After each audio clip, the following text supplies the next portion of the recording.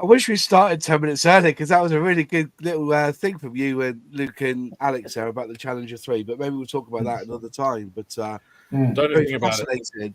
Nothing Very else. fascinating. I Anyway. bought boots. I didn't go to. What are you talking about, Moss? No, that's all. Yeah, that's it. Yeah, Not everything. the drugs don't work. No. Right. Anyways, good evening, Airfix and Chill tonight. It's Monday. We've got quite a few in the chat already.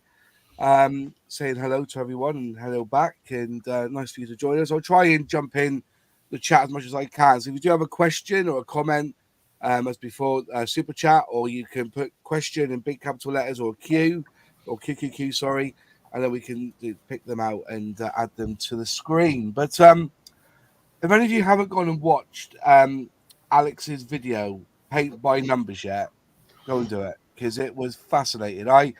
I watched his previous one about acrylics, which has caused a bit of a debate on a particular Facebook forum. Things do. Yeah. But even to be honest, I had to watch that 4 times, that acrylics video, because it's so scientific and chemistry and all this. It was like going back to the 90s when you just grabbed Basic Instinct out of the spa shop and you wanted to see the nicotine. You're reversing and rewinding trying to get it, and it was all fuzzled. It was all done to farm the views, Moss. That's what it was. Yeah, that's it. That wasn't the first impression I got of that video. That it was like I believe only 100 people have watched it, but it's got like 4,000 views. You know what I mean? Because we've had to rewind it forwards. Yeah. But yes, we brought another video out there, and I asked him tonight because it was fascinating. Because I'm selling paint now. Obviously, I'm selling Outlaw, and we've got like 20 different greens. 20 different greens.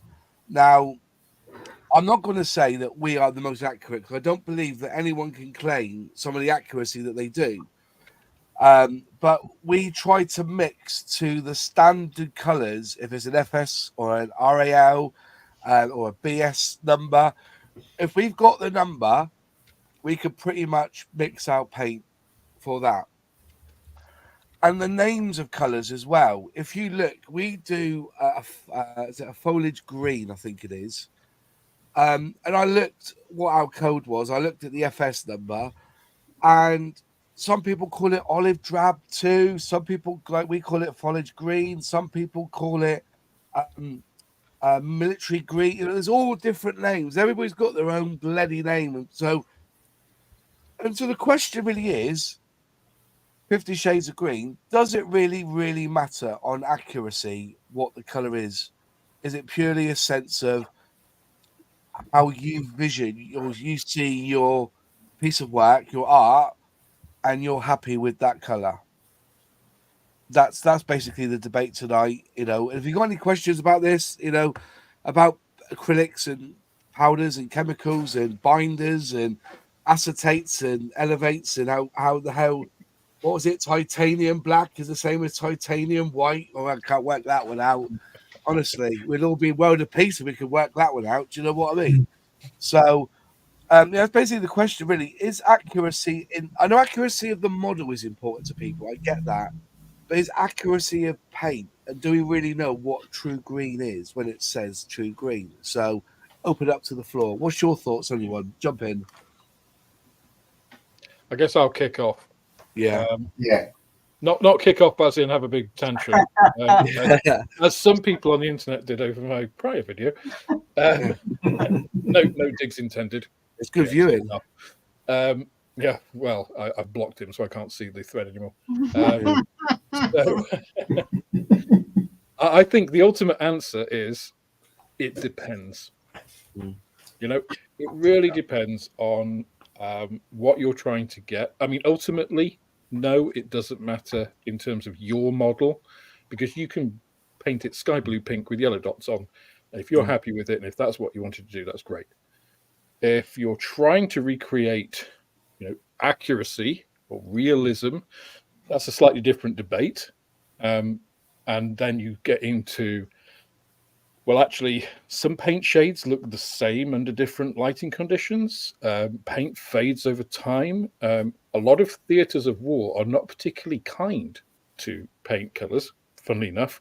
A lot of tank crews don't polish their tanks in the way that we polish our cars every Sunday. But my car does look more like a weathered AFV. So, there's so much to put in there. Again, it does depend.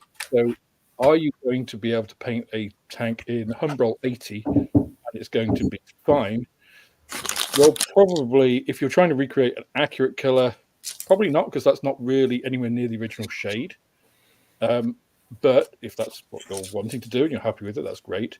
If you're trying to recreate accuracy, you could still use that Humbrol 80. You might need to add a lot of other things to it, do a lot of tonal variation, weather it down, thin it, lighten it, darken it, all kinds of other bits. So it's not that you can't use that paint.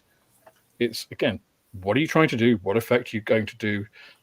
When is the tank actually being viewed? Is it at dawn? Is it at dusk? Is it in full sunlight? Is it overcast? Is it in shade? There's a million and one things that go into realism and accuracy. And we again are trying to recreate the illusion of reality and not actually reality, unless you're painting a one-to-one ferret or scimitar or something you got in your back garden. Yeah. Yeah. So very, non-committal answer. But I think really, when it, however you argue it, however you cut it, you're going to come down to some part of that, I think. Yeah, I mean, I agree. I don't think there's a right or wrong. So, for example, last week I showed that Airfix LVT. Well, I painted that in Ozcam green. Now it's weathered. They were green. It looks green. So, but then I think of other modelers that I know, more probably aircraft modelers than armor, if I'm honest, that they spend a long time researching colors, correct colors, 50 shades of green, 50 shades of gray. Yeah, if you look at, let's take, I don't know, Martin Kovac as an example. Yeah. So the way he builds, does he build for accuracy? It could be argued that no, he doesn't. What he does do, and does exceptionally well, is he builds for visual interest. So in that case, is using the correct shade that you're being told is the correct shade, unless you were stood next to that vehicle, you don't know it was. You're being told the correct shade of olive drab. Well, is it because, like Alex said, depending on what environment that vehicle's operated in, how long ago since it was painted, and all these factors that come into play. I build personally, I think, and people in the chat will probably disagree, but I build more for visual interest than I do for accuracy. If something looks like I want it to look in my mind's eye, then that's good enough. The fact that it's not the actual color that the manufacturers have said is the color, because that's like we said last week, is it a lot of the time it's the manufacturers that are dictating to the builder what the correct green is.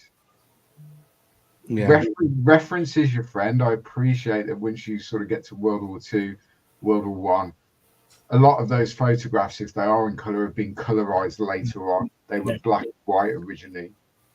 I understand that. So if it looks right and you're happy with it, then it's right. Yeah. If someone then later on, because we all post work on the internet and everything else and coming for critique quite a lot, if someone says, well, that's the wrong grey, how do you know? How do you know it's the wrong grey? Did you work on that aircraft? Did you work on that particular vehicle? Did you? Probably not. I mean, you'll get the odd one who say, well, yeah, I was a crew chief and that's wrong. Fair enough. You're talking from absolute experience. But in most cases, if you're happy with the finish, then so be it. Like I said, that LVT is painted in Ozcam green. Is that the green that it was painted in at the time? Absolutely not. But does it look like an LVT? Absolutely it does. You know, it is what it is. Yeah. But people get very caught up in it. Very caught up in it. I'm not even that bothered about accuracy of the model. You know, it's not how I build. One of the best kits I've ever built, and one of the kits that I'm most happy with, was the Reval 30-second Spitfire. I'm told, I don't know a lot about Spitfires, I'm told it's completely inaccurate. It's the wrong shape, the nose is wrong, and everything, because they actually scanned an inflatable Spitfire that was on stage at a Motorhead concert or something. I don't know. When I made it, because it's the Aces High version, and that's what they did the tooling from. So does it matter that I perhaps used a green and brown that wasn't an RAF green and brown? No, of course it doesn't. Because actually, visually, it looks good. And I'm happy with it. So it doesn't matter. It's funny, actually. I had a comment from somebody on the video who actually worked on, I can't remember what it was. I think it was aircraft. Who said, you know, if you got a paint chit from what the aircraft was painted in, and you go back to it a week later and put that paint chit up to, and this is a 1-to-1 scale thing, and put it up, it's not the same color. They said paints, and again, you've got to think about this. This is, somebody asked me why I undercoated my 124 Spitfire, why I did the rudder and the rear control surfaces in red, like the red primer that we used. It's because the color you put over something, when you paint something, it's affected by the base surface. So, and if you think about a modern aircraft is a lot of duralloy and titanium alloys and carbon fiber and composites now, all very different materials. You paint the same material with the same paint, fine.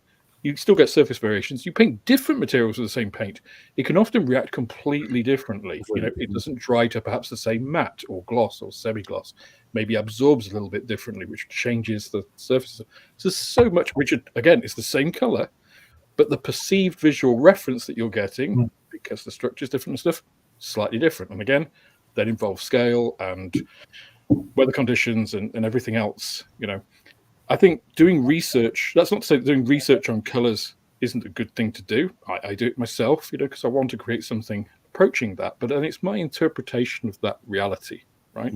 I can start off with what I think is, because, again, look at RLM02. German interior green, or RAF Sky. There are about there must be like 50 shades of each, right, on the market, which is right. Well, actually, all of them could be right, because those colors changed as war shortages changed the mixture of stuff. Unless you've actually got the physical thing, the aircraft, as it was made, not 50 years or 60 or 70 years on, you really can't be definitive about the exact color. Humans actually have quite poor visual color memory. Unless you're a tetrachromic, they have much better, but they're like a vanishingly small amount of the population, like in fractions of a percent. Then you actually have quite poor. If you were asked to recreate a color you'd seen, even yesterday, almost all of us would get that wrong. Yeah. We get something in the ballpark, but visually, if you put it against it, it would be like some of us would do it slightly more yellow, some would do it slightly more cool, you know, or blue, or whatever it is, you know. So, yeah, there's a lot of mumbo jumbo spouted about, you know, what is the right color, or I worked on that and that's not right. It's like, well, who's to say that your example was the correct one and not the anomaly? Might be a different batch. Might be a different batch of paint. Yeah, it's a different color. You know? An old lazy Larry back in the factory was just like, oh, it's supposed to be 2-to-1 to 1.5, but I haven't quite got enough, so I'll just do 2-to-1 to 1 this time. So no one will notice. Yeah. I think the funniest thing is that everybody has a different memory of, you know, a different memory of what they saw. It's like we see that in the Spitfire, the 124 for the Airfix released 2 years back. They asked the pilot what the color of the maple leaf was. He said it was red. The picture said it was green. So what did they do? They put both in, didn't they? They put both in the box. So you can have a green maple leaf or a grey or a red one or a brown one. Sorry. I honestly, I've used some wacky colours on my aircraft. You know, I use Japanese naval grey on one, and it looked the bollocks. It really did, and I'm glad I didn't use that ghost grey in the end, because it really made it pop. But again, you're seeing things at 1/72nd scale. You're seeing things at 1/48. You're seeing things under a white light, a yellow light, a brown light, a green light. Do you know what I mean? And if you're colorblind, you know, you've got an even worse, you know, argument on trying to get the right colors, etc. But yeah, we do paint by numbers quite a lot, but sometimes it is good just to go outside the box. I think that video does encourage us to do that. Here's a very obvious example, right, Ross? So I got my my painting lights here because I was on John's stream on Friday. You can change the color temperature on these. So this is warm light, and I appreciate it's bouncing down, so I look like I'm doing a Halloween. It looks like an evil genius. Yeah. The demon headmaster. The demon headmaster. And you change the color temperature off them, and hey, guess what? I look different. You know? Yeah, exactly. Yeah. So you know, it's, and we've all seen it. Yeah. And also it's like, you know, when you're mixing paints, well, like Revell, Tamiya, giving you these options to mix, you know, what is 20% and 80%? Is it 80 drops of paint or 20 drops of paint? You know, you know, I've done it with a pipette before, and the drops ain't the same size, are they? Be honest, they're not the same size, are they? I actually mixed those for that video. Tamiya was, which I was quite surprised at. I expected them to be like some of their more recent REF colors that they've got. Yeah. I think they got Dark Earth 2 and stuff. I expected them to just be those. No, this is the newest, like the 1/48 scale Spitfire Mark 1 instructions. And it's like 25% of this, or 5:1 of one, and 1:1. Yeah. And the colors are so far off what I think of as a Spitfire. I looked at it, it's just like, of all of them, that probably looks like one of the worst. And that, so if you're painting, as HobbyZone said there, he used to paint aircraft. If you're painting real life aircraft, we're painting something that's 48 times smaller, 72 times smaller, under different light. The surface is different. We're generally painting on plastic, not metal. There's all these factors, and actually, the Sherman is a classic example. British Sherman, World War II. If you painted a 35th scale Sherman in the correct color that they were painted in World War II, all it would look like is a black box at 35th scale. That's all it would look like, because it's so dark that at that scale, it's just going to look black. Yeah. And from a modeling point of view, that's not interesting, and it doesn't look good. It doesn't look good. No. I mean, you only have to think about how figure painters work. And if you, again, I recommend people go out and look at figure painters channels like Ninjon and Miniac and Marco Frassoni and people like this. A lot of the time, and they're creating artificial structure through color, through shades, through lightness. And where do they concentrate? They concentrate on usually the figure's face and like chest, where they want you to look. That's where they're spending, what draws the eye. And we can do the same thing in models. Again, we don't tend to do that. I mean, some modelers do, and obviously some of the more experienced and bigger channels out there are doing that. You know, Night Shift, good example. You know, they're drawing and spending the most time on areas that will receive the most interest, or where you want to direct people's interest.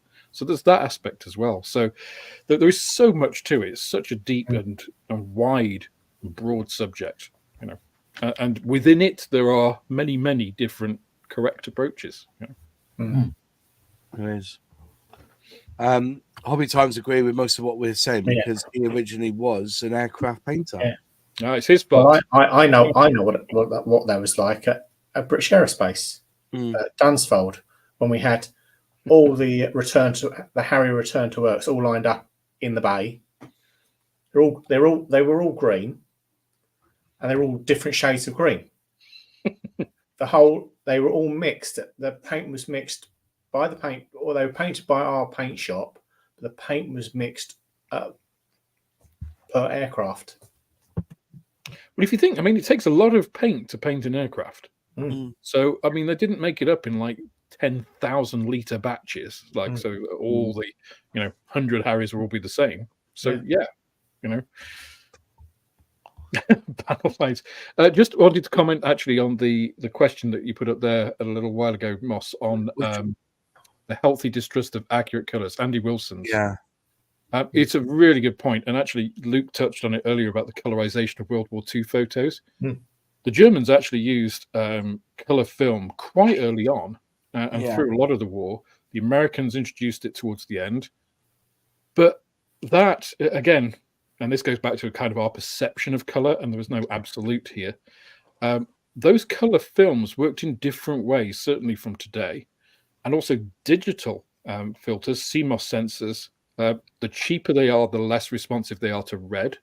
So again, you're getting an interpretation of a phenomenon that is then digitally displayed on a monitor, which then does the same thing and displays it with RGB in the same way that our eye does. But again, it's all interpretations. And again, I mentioned this in our Discord group. Magenta is the perfect example. If anybody wants an example of how our eyes deceive us, magenta does not exist as a color. No, I heard this before. Yeah, go on. Yeah, it's an artifact. And if you look at magenta on an RGB screen really close up, you'll see it's different, obviously red, green, and blue dots. But if you look on a color spectrum, like a prism diffracted light, there is no magenta. There's purple and violet. There's no magenta because that mixes parts of the spectrum which aren't next to each other. So it doesn't exist in nature in that way, but we can see it. We've created it. So again, we're seeing something that really doesn't exist in that way. So, which kind of blows your mind a little bit, and kind of more proof that we are living in the Matrix. But Well, as I was saying today to one of the watchers of Airfix and Chill come to my my unit today to pick up the lifeboat colours, and I just said to him, I said, look, these are the 6 colours. The yellow isn't quite the same as the yellow that's on the stripe, but you get a decal sheet anyway, a decal on the sheet for that anyway. But I said it's an almost perfect match to the new uniforms that they wear, that yellow that they wear. So it is a very, very bold yellow. But I think he was more concerned about whether it will cover grey because he has to do a yellow. Yeah. And I said, I can promise you. He said he went to your shop, Alex, and you had piece of plastic and you showed him, you sprayed it on the green and it covered within 2 sprays. So high pigment rate, isn't it? So but yeah, yellow's an awful color. Look at the grays of yellow. That's the other one. Look at all the different grays that are in a yellow. If you go down the spectrum, it is you got this beautiful bright, but it won't look right. But if you've got a bit of grey in it and make it look a bit dirtier, it fits the bill in a lot of the cars that you see out, isn't it? CMYK, only paper print thing. Is that the magenta, is it? Yeah, cyan, magenta, yellow. I can't remember what K stands for. I know. If you are going to look at... Sorry, Luke, carry on. No, I was going to say, it will always be in this hobby, and I'm guessing in sort of photography, art, it's always going to be a matter for debate. The difference in this hobby is we're trying to recreate an actual thing, whereas say in art, for example, there's probably a bit more freedom because it's much more interpretive than what we do. If I'm building a tiger tank, I'm trying to recreate in a small scale the real thing. So therefore it's always going to create debates around, well, that's the wrong grey, German grey wasn't like that or whatever. No, it probably wasn't on the real thing. But if I paint my 35th scale tiger tank in the same color as the real thing, it's not going to look very good. It just isn't. And that's why we do a lot of modulation. That's why we appreciate. That's why we black base. That's why we do all this stuff. They don't do that on the real thing. do you know what I mean? We approach it in a different way because we're not painting the real thing. We're doing something much, much smaller. If that's the case, do you really need panel lines or the 172nd aircraft? Absolutely.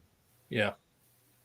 To be honest, you would if you were looking at it scale wise further away. These are 2 cows. You know what I mean? You wouldn't. I've seen it. I've walked the way. You walk if you go and see a Spitfire, for instance. Just walk backwards until the point you don't see them. I'm pretty sure it's 148 scale. Yeah, I'm pretty sure it probably is. But conversely, if you stand next to a Spitfire, yeah, it's not flat, is it? No. Nope. And yet we flat coat almost everything we do. Yeah, we do. Well, and actually, if you look at the metal 17 second scale, if it was gloss, it just wouldn't look right. Yeah, the scale gloss. And if you actually look at the skinning on any aircraft, whether it's a 1/72 scale, sorry, not 1/72 scale, an actual Spitfire, or like a 747, the skin is not smooth. Yes, the manufacturer tries to achieve a nice laminar flow, but you actually look at it, and there are little subtle variations. It looks kind of bumpy. But if you modelled that, your model would look really weird. Well, it's actually, I can actually tell you something about that, Alex. Yeah. When I did an apprenticeship as a tinsmith, a sheet metal worker, and the chap who taught me, he worked on the Royal Flight. Now the Royal Flight they went for mirror finish on the metal on the aircraft. Literally no buffing, just using an English wheel to get them smooth. So obviously with material, the material can change because of the grain structure, the direction of the grain structure you got. Well, and also, I mean, if you're thinking about military aircraft, I mean, just think of the Blackbird. The Blackbird didn't fit together properly on the floor because it heated up so much in flight. It would leak fuel on the floor so that it basically self-sealed when it was at temperature flying. So, there's so many examples, so many possibilities. Actually, the Blackbird is a good one because the paint actually contained iron, like particles of iron to disperse the heat. It's actually slightly like dark shade of blue. It wasn't black. So, do we represent that? You can, but it's how much you do. If you did it the same color, it would look kind of bluish, and too blue. But you can get enough to just give that hint of it. So, some people want to do that, some people don't. Again, it's like the X15 as well. Yeah. And it all comes down to, and this is across the entire hobby really, whether it's paint colors, panel lines, whatever. I really like, for example, and I'm not very good at it because I don't really do aircraft. Well, I've done a few this year, but I like what people refer to as the patchwork aircraft finish. Yeah. With very pronounced highlighted panels, pronounced panel lines, and all that. I like that finish. Other people hate it. And they call it a patchwork quilt because they don't like that finish. It doesn't matter. It really, you build it and paint it and finish it how you want it. Regardless, nothing we do, even the best modelers in the world, nothing that we do is ever going to be 100% accurate. Never. It just. I mean, look at Nunu's builds. With if you really want to go out there, paint it pink. Saying that, I got saying pink. I've got the pink primer on its way out to me. It's on the boat on Thursday, so hopefully we'll have some pink primer in the country. That'll be good. What was I going to say then? You look at how LPJ Models has painted that bone, that B1B. The intricacy of just, the building up of the layers upon layers. Me, when I'm going to do this big one here from Airfix, I'm just going to spray that grey and leave it, sod it. You know what I mean? I ain't going to worry too much about it. But there are those who can really make grey pop. And LPJ Models is the man. He really, but then I wish he was on here tonight. I love it with Discord because he knows his paint, doesn't he? He knows how to play with paint. Yeah. I mean, that one, it was a 1144 scale B1B. Yeah. And, the video, when he put it out, he was a bit disappointed. It didn't do very well. because there was nothing in the thumbnail to show that it was a model, because the damn thing looked real. Yeah. I mean, it could have been an aerial photograph of a B1B. So check out the video, because the man has done an amazing job on that. I mean, another modeling subject that causes much controversy in relation to color is the Pink Panther Land Rover. Yeah. You see so much debate, we'll call it, about what pink was it? Was it a bubblegum pink? Was it a light pink? Was it a sandy pink? Was it... Well, actually, it was more of a buff than it was pink. It was a buff with a pink hue. Because the whole reason they painted in that color is because at dusk and dawn in the desert, it blends in well. However, if you go to like a show, not a model show, you know, a military vehicle show, quite a few of the reconditioned, refurbished replicas of that vehicle are bubblegum pink. They were never bubblegum pink. So again, it's about interpretation. But if you want to paint it bubblegum pink because it looks good, do it. Who cares? Do you know what I mean? We're not running the UN. You know what I mean? Who cares what pink you painted? You know? Yeah, exactly. You know, yeah. I see a bubblegum pink. You know, and it was, you know, they called it the pinky as well, didn't they? That's what they called it, so people associate that. But yeah, I think you're right. It was more of a buff. But then again, the one I was watching, when that Scottish bloke, who was an old SAS sergeant or whatever, he, you know, are you tough enough? And the old boy, he was involved in the embassy in 1980, whatever, and they basically, you know, they did a show about the SAS and they talked about the pinky, and that one was pink in the show. You know, didn't say nothing about the it'll be a reconditioned, refurbished. Yeah. How better amongst, if you're at a show and you want people to come and look at your pride and joy that you spent 15 years restoring, how better to get attention? Field of olive drab to have something that's bubblegum pink. Guess what people are going to come and look at? You know, it is what it is. However, paint it the correct pink and stick it in the Sahara Desert, no one will even see it. Dusk or dawn. Yeah, I was going to say. That was the whole point.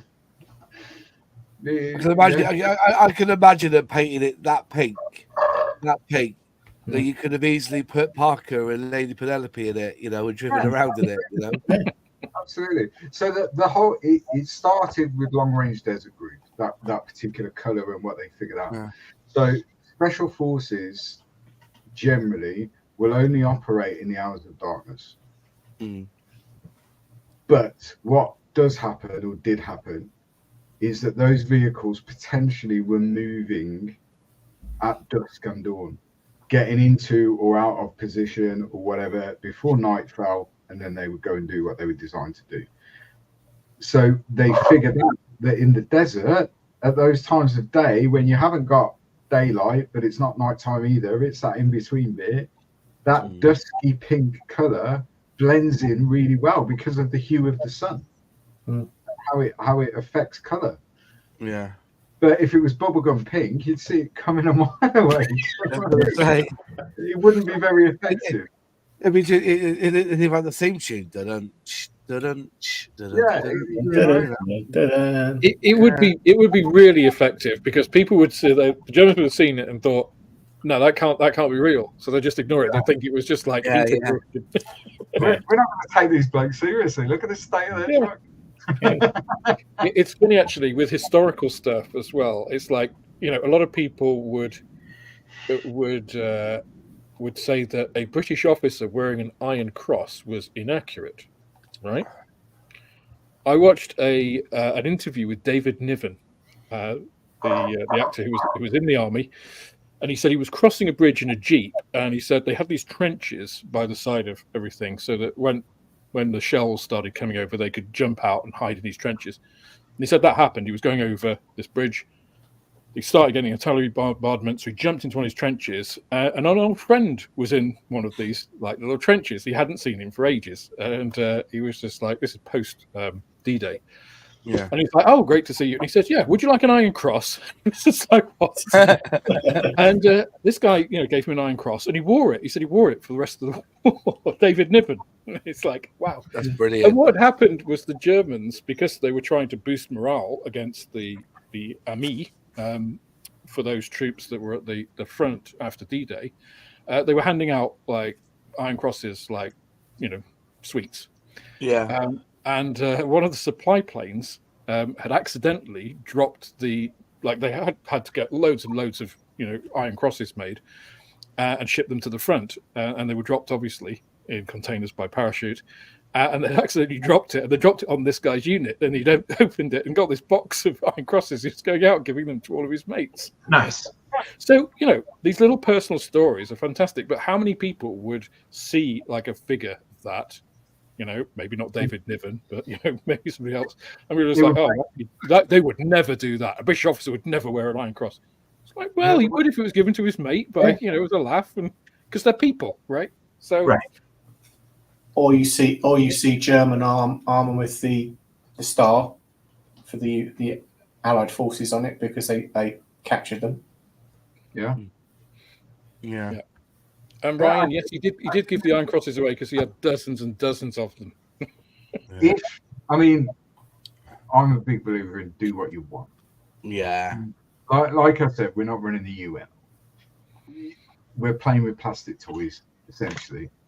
As seriously as we take it on occasion, that is ultimately what we're doing. So it doesn't really matter. However, the internet being the internet, and because some people do take it very, very seriously. So if you're putting an iron cross on a British figure, World War II, or you're putting an Allied star on a piece of German armor, to save yourself grief, and that's all it's about. If you've got broad shoulders, it doesn't matter because it bounces off. But, if you're going to post that in a public way, tell a story with it. Yeah. Tell a story with that German piece of armor with an Allied star on it. Yeah. Well, the crew painted that on because they wanted to kill the Allies before they got killed, and if they got a star on it from a distance, the Allies might have thought it was an Allied view. Do you know what I mean? Tell a story. And that's a really difficult thing to do.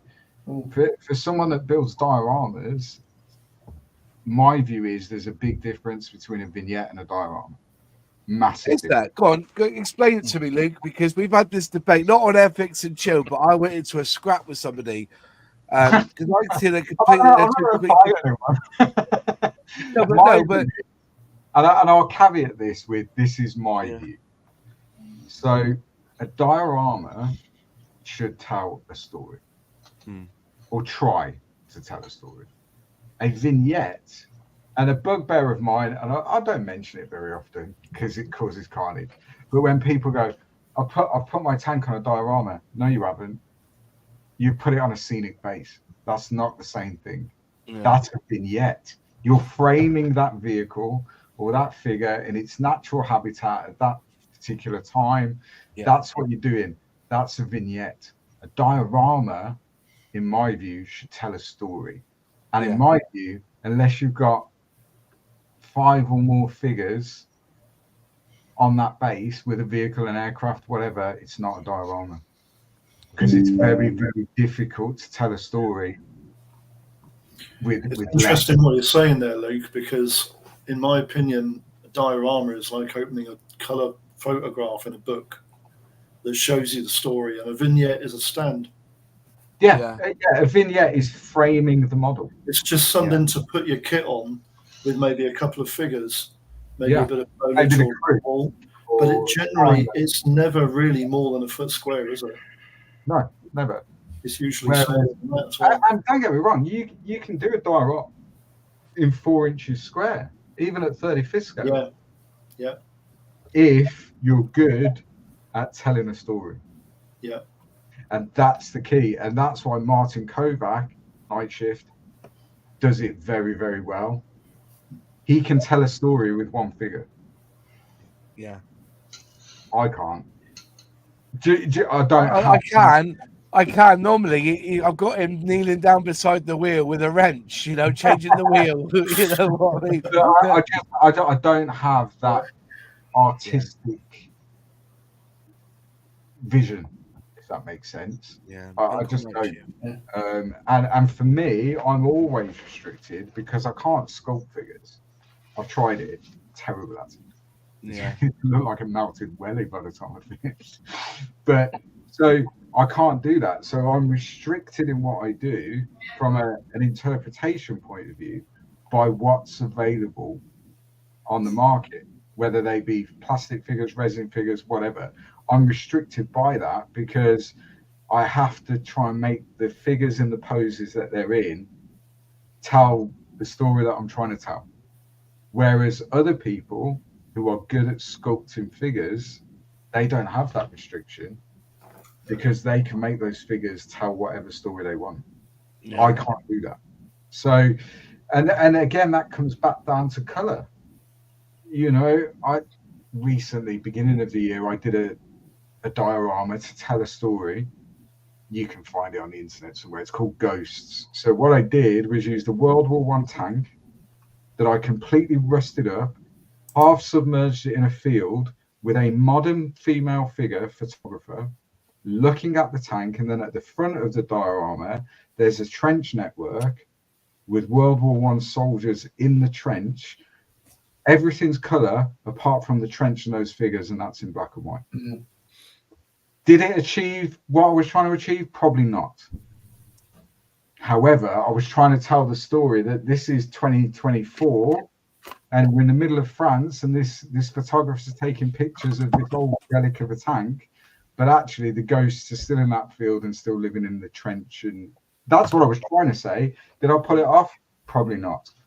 But that comes back down to color, because if I'd have just followed Masterbox's recommendation for those figures, I wouldn't have painted them black and white. No. Do you know what I mean? I wouldn't. They were essentially zenithal primed and a little bit more. That's it, done.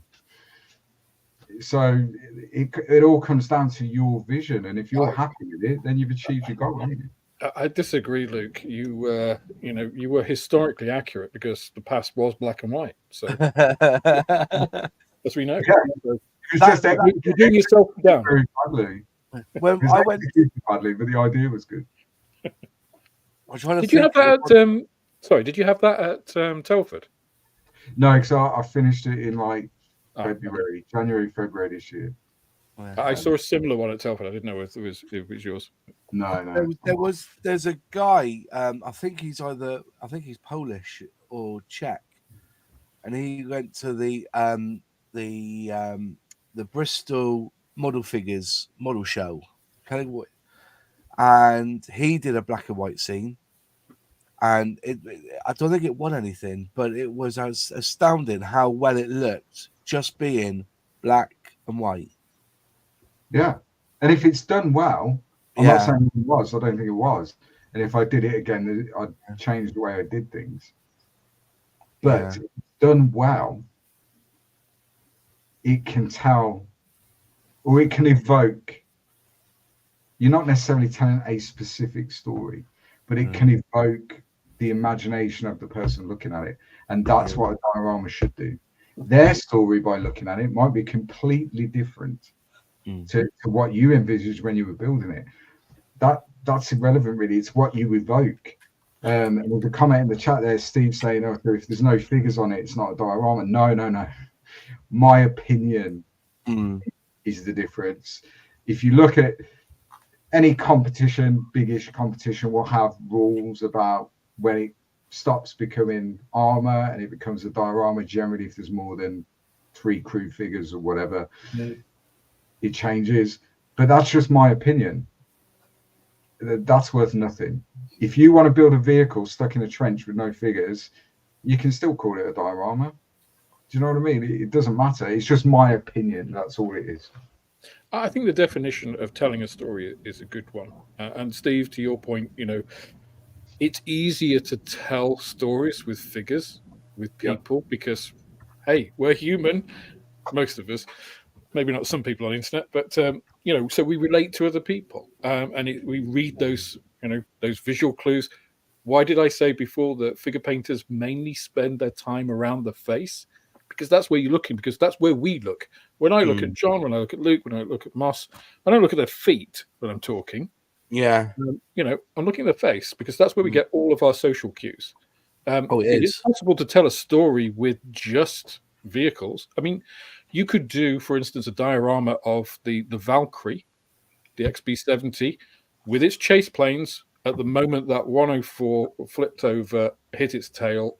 I mean, it would be difficult to pull off, because you'd have to suspend all these planes somehow and get them all in the right place and stuff. But that tells a story, right? That tells the story of the moment when, the wake of that big, massive supersonic bomber pulled in that chase plane, and there was this huge catastrophe. That's capturing a moment in history. It's telling that story.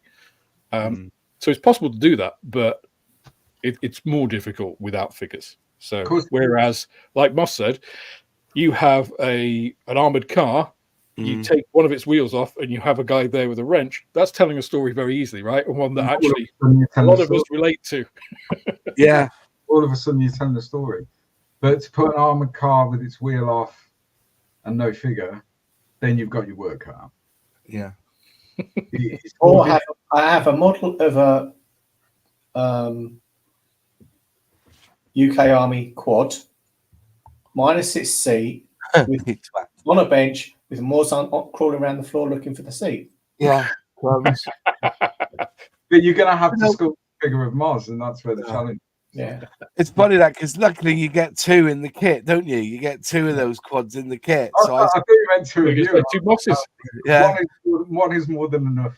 No. Yeah, that's exactly right. Yeah. Yeah, you got one riding the bike and one looking on the floor. Yeah, all the women say that, but no, they I couldn't find this seat, so I nicked it off the other kit. It must have been about 6 weeks later. I was there, and it didn't land on the floor. Nowhere near. It was on the bench, in the corner of the bench. And how the hell? I heard it ping, ting, pong, dong, bang, and that's on the floor. It felt like it hit carpet. You know what I mean? It went, but it didn't land on the floor. It landed on the bloody workbench. That would have been good. That would have been a good diorama. Yeah, I mean, Julian said there in the chat that I did a diorama of a T-55 in Mogadishu. Yes, I did. I didn't put figures on it. Now, in my view, that isn't a diorama. What I've done is I've framed the vehicle in Mogadishu, because it's not very often you'll see a white T-55 with African Union markings. You don't see them. So what I've done is constructed a Mogadishu street scene to frame the vehicle, to put it in its natural habitat. I've not really, but Julian has seen a story when he's looked at that. That wasn't my intention. I would say that's a vignette. Or that shafted your theory then, hasn't it, Luke? On the ass. A scenic place, because I haven't told a story with that. But it's down to the person looking at it a lot of time. If that's evoked emotion in Julian when he's seen it and gone, well, warfare in that part of the world is not nice, and no, it isn't. Well, warfare in any part of the world isn't nice, but you're creating this, and the way I tried to do that with that, if you like. So if you look at the building or the building front, it looks like a child's painted it. It's very bold, it's very basic, but if you look at reference pictures of Mogadishu, that's how they're painted, because something like 95% of the population in Mogadishu can't read and write. Is that right? So if they're painting, which I did in that one, for example, if I were painting a restaurant front, what they will do, instead of writing the word restaurant, because no one can read that, no one knows what it is, they'll paint pictures on the front of the building of a bowl of pasta or a fish or whatever, but it's done in a very rudimentary way. And so that's why it looks the way it looks, because that's how it looks. Yeah, but to be fair though, that's basically 18th century Britain. because that's why you have big window shop fronts. So you look at the window and see what you're buying before you go in. That's why barbers have the spiral, isn't it? You know, so that from a distance you see it. That's why I think it was an EU regulation that all pharmacists had to have a green cross on the front of their shops. Yeah. But what green? Oh, hang on. They call it bubblegum green, they call it. Bubblegum green. Certainly wouldn't have been Matt 30.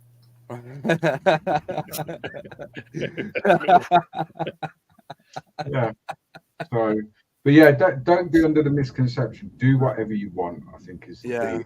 It's just my view. I wouldn't call that, for example, I wouldn't call that a diorama. I didn't build a diorama. It's funny you say that, Luke, because in many ways it sort of did tell a story. So maybe you're explaining the fact that why the buildings are done like that, and it tells a story. Yeah. But maybe to some people it does tell that story. For me, it was just frame the vehicle in its sort of natural.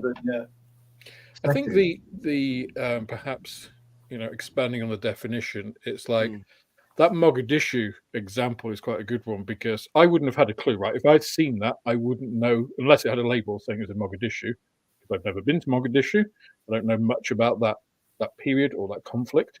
So to me, it looks like I haven't seen the thing, but it would look like a tank in the street, right? And I'd be like, and I would judge it on the merits of the model, which I think then is kind of, you start to get into, well, what is a diorama, what is a vignette? I'm judging on the model. I'm looking at the model and looking at, if I'm looking at diorama, I'm taking in everything. Probably there's more than one vehicle or aircraft in it. So I'm kind of looking at the overall composition and stuff. I've seen dioramas of aircraft and vehicles and stuff where the individual models are very well done, but overall it doesn't look like a very good diorama because they haven't tied it together, you know, or like the figures aren't painted well. You know, there's something which is jarring, which actually would have probably been better as a vignette, because you'd be looking at the individual model and thinking they've done a really nice job here, you know. So it's kind of that, is there a story which is immediately obvious and that everybody can understand, you know? Is there that human interest element that you're just like, oh right, yeah, I can, does it evoke an emotion, I guess, you know? It's just like, oh yeah, I've been at the side of the road with my bloody car as well, you know, so I can understand, even though I've never been in a conflict, you know, I've never driven an APC, I understand what that guy feels, you know. The same if you see, you know, a more macabre scene with a bunch of guys pointing rifles at guys with their hands up and a bunch of dead, you know, that tells a story. It's not a nice story, you know, but you can think that guys what they may feel and things on both sides. So I guess that's kind of how you might. A really good example of that. We all know Rick Lawler works for AK. So he was asked, we all know about the book that AK released a few years ago. That was very dark, very macabre. Macabre, it was just horrendous. Well, exactly that, but it's a very personal thing, isn't it? It's an opinion which we won't get into because mine's no. There's no opinion to it. I'll just lay it on the land. I lay it on the land that we had no problem with the book per se. We had the issue that they were using real filmed footage of dead people for their advertising campaign. Let's get this right. AK used footage of death to promote this book. And in there was some unhealthy dioramas. Don't get me wrong. I thought very talented, the guy. But the argument was I did not see a full apology. All I saw them doing was wiping their ass because we give them a good fucking kicking. That's what it basically was. I agree with you, Moss. We had a spirited discussion on an unpublished Beyond the Box. So when we get back into it, we'll publish it. Yeah. Interesting. But what Rick Lawler did, so he didn't want to model dead bodies. He didn't want to model death per se. So what he did, which was really clever, is he built a vignette, diorama, whatever you want to call it. I would say it was probably a diorama because it tells a story of an African scene. There's no dead bodies on it. There's a mound of dirt, and there's a heavy lift industrial digger next to it. Now, for most people that have a reasonable level of intelligence, we know what that is. But he did it in such a way that he didn't have to model death, but he still told the story. And the other guy, I don't know whether that was Rick Lawler, but there was another guy, not in that book, who modeled Auschwitz, which is, you know, one of the darkest periods in human history. We know that. But instead of modeling the German troops and modeling, you know, prisoners and the train and all that, all he did was do like a wire fence with a figure of a child in striped pajamas looking out from inside the fence. That was it. But if you want to evoke emotion, when people look at that, he's got it bang on the money. Not the money, but he hasn't had to go to the lengths of putting blood, guts, gore, and all that stuff. It's just a wire fence with a figure of a child. That's it. But we all know what it is. So there's ways of doing it without. Yeah. I never put, you know, I model scenes of war, but I never put dead bodies on it. I never put blood on it. I never put any of that because my personal thing is I don't want to. However, I can still tell the story without any of that stuff sometimes if I get it right. I know, and as I said, it doesn't take a lot to cause an emotion. I'm just remembering this guy at this model show. He showed a blown up tank. But on the side, he had painted a derogatory term for a Ukrainian, what the Russians derogatory call a Ukrainian on the side. Now, I don't speak Russian, you know, not the in all this, and you know, I don't know Russian at all. But it was whispered around that that's a derogatory name. So he's already done it. He's made the point that the tank was blown up, blackened from smoke and everything, and in amongst the charcoal ruins of this was in white paint, blackened out, a derogatory term. So he's already made the emotion, hasn't he? He's already done it. He's done it. Yeah, he's done it. I'm gonna have to get Julian Hall to come on to Airfix and Chill because he comes on every week and he comes up with some bangers like this one here.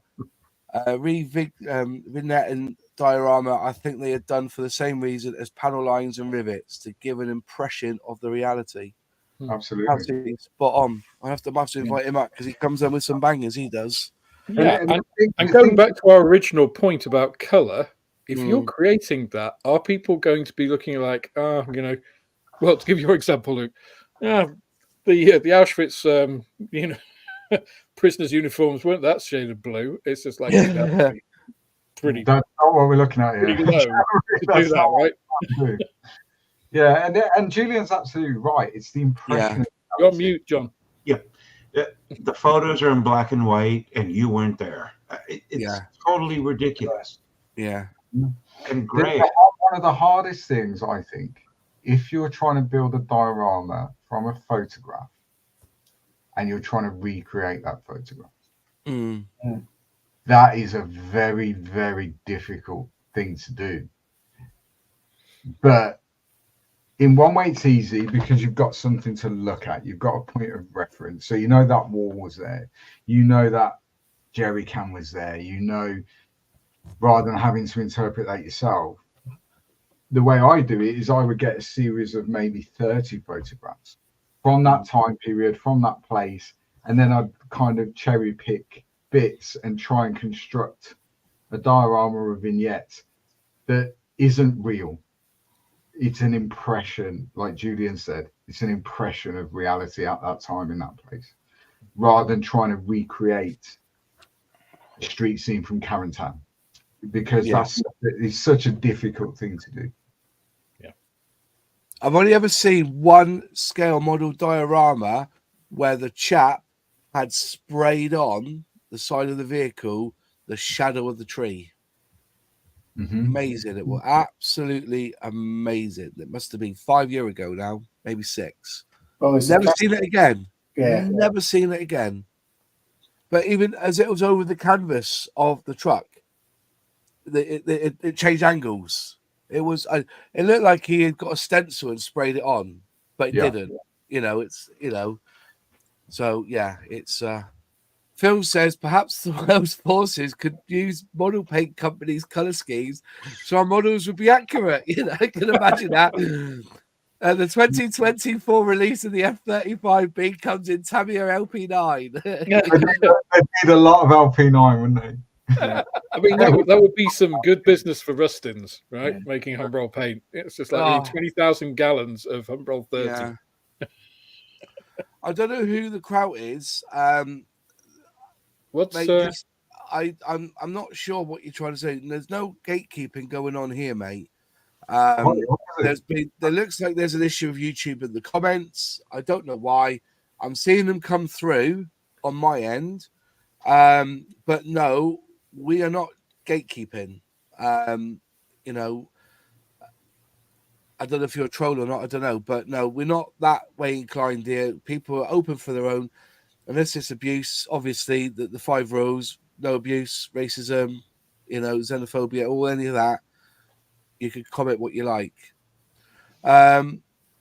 So yeah, I don't know what's the. Let's have a look here. Craig saying further down that the chat keeps freezing. That will be an issue with YouTube, not an issue. Yeah. All I'm going to say is that, and I say this to everybody, I'm a Safari user, okay? I'm a Mac man Safari. But when I'm using Google products, I don't care. When I'm using Google products, they work the best on Google Chrome. So everything I use Google-wise is on Chrome. Everything else is on Safari because it runs smoother and I don't lose my battery all the time because Google Chrome chews batteries on laptops and mobile phones like Facebook does. So if you want your phone, it's a challenge for you lads. If you want your phone battery to last all day, delete the Facebook app and use Facebook on the online browser of your phone, and I promise you'll get an extra 5 hours out of your battery life. Facebook is phenomenal at removing battery power from your phone. I can get even more hours out. Just delete Facebook. Yeah. Oh, but you get loads of hours back. The trouble is, though, I'm so ingrained in Facebook now. My businesses use Facebook for advertising and everything, and I got people around the world who want to speak to me. It's the easiest place to message. You know what I mean? Damn. We need it to go bang. Really, it's not going to happen. I made a diorama with a disabled panther and Soviet civilian figures, and wrote "F the Nazis" on the side, but in Russian, so most couldn't read it. Yeah, I've heard that said before that they just to make it user friendly sort of thing. You use a different language until you get a Russian come along, and then he stabs you and punches you in the face. Not that we're saying that all Russians carry knives and punch people in the face. That's not what we're saying before. And you would also have to be a Russian Nazi to take offense at it. So. Yeah. Quite rare. I know what I mean. I'm just saying that comment. Just say if you put something in Russian. Yeah. My comments were my views that I am not concerned with the viewers' feelings or reactions to what I build and display. Fair enough. I can take that. The phone is Android. The errors are They must be doing an update tonight on YouTube. So tomorrow I'll probably be demonetized and lose that. But I lose about 2,000 subscribers. It seems to happen every time they do an update. Yeah, I had a thing where it looked at my activity over the last month, and I'd uploaded no videos ever, apart from one day where I'd uploaded 250. It's like, I don't think that's right. Kind of internet. It's funny they never get the money wrong, though, isn't it? Do you know what I mean? They don't pay you out £1 million for 1,000 views. Yeah. It's always they're borrowing money off us, bastards. One of the questions, let's turn it on its head a little bit about. We all have our range of paint that we love and we use and we cherish, and we won't go. what if a particular grey or a particular green is better from another manufacturer? Would you use that paint instead of your normal paints? Yes. You would. Yeah. I don't have well, until Outlaw came along, I didn't have a range of paints that were my kind of like go-to. I was very much about what do I want this to look like? Am I going to airbrush it? Am I going to brush paint it? Those will change, what I use. My go-to now is if I can use an Outlaw paint without mixing. I have mixed Outlaw paints as well. But it's just got a lot of advantages. It's just so much quicker. Well, you can see that I was building that Chinook. I promise you, in 3 hours, I had it all sprayed up inside, and I had all the primer done on my Chinook. It's the trouble is I've had gigs all weekend, and I've been to auction this week as well, so I've not been able to jump back on it, but it's come up. I'm really pleased with it, to be honest. It's such a lovely build, this Chinook, and you've got all the reds inside, and I actually that's funny, Moss, because before you switched that light on, I couldn't tell there was green on that. It looked like it was a single exactly color. Yeah, that's why I turned the light on. I thought, hang on a minute, but they're Outlaw colors, and they're not accurate Outlaw colors. I just found a grey and a green and went for it. It's my model. I tell you what, though, it is a bit of joy for me. I bought these from Temu, right? From Temu for £2. Little hole punches, and I found one that accurately covers the windows. Bang on. So I had my Tamiya tape out, and I was bang, bang, bang, bang, bang. And honestly, I've never done that before. And also, that's a good thing about this one. The windows go on the outside. Normally, when you build a plane or something, the windows go through from the back end out, don't they?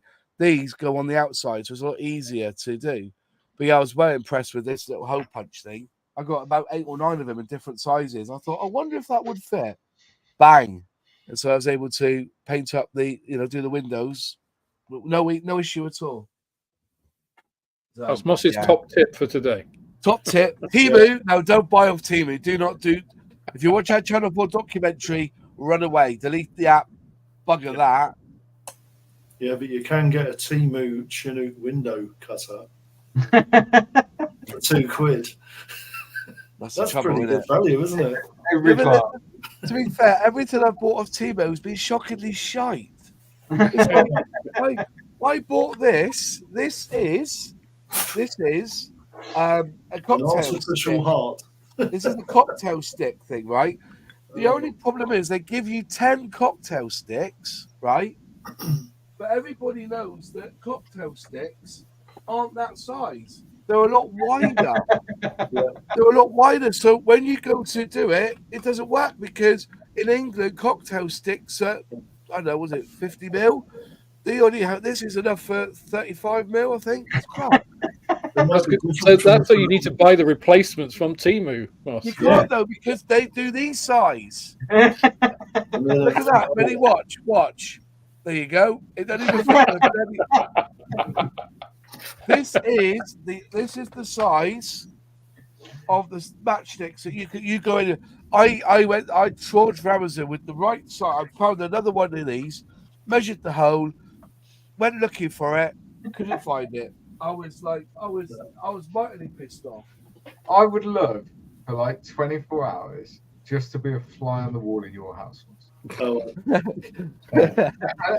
the challenges that you seem to encounter on an almost daily basis, it's hilarious. Do you have anybody that you could go to for PTSD for that afterwards, Luke? Yeah. He's like the spy man, isn't he? So these are basically, and I've trawled for the internet, 85 mil. No, 82 mil in length. And I've been to Lidl, Aldi, Home Bargains, The Range, what nobody needs, measuring to see if I can find the ones that fit. And the ones you need here, measuring cocktails. It's like it's not 5 inches, 5.5. 68 you mil. Do you know what it is? I bet the staff in these shops are saying that's another Temu customer. Now listen, and listen to this, right? I went through and I cut the ends off all of these to make them work, right?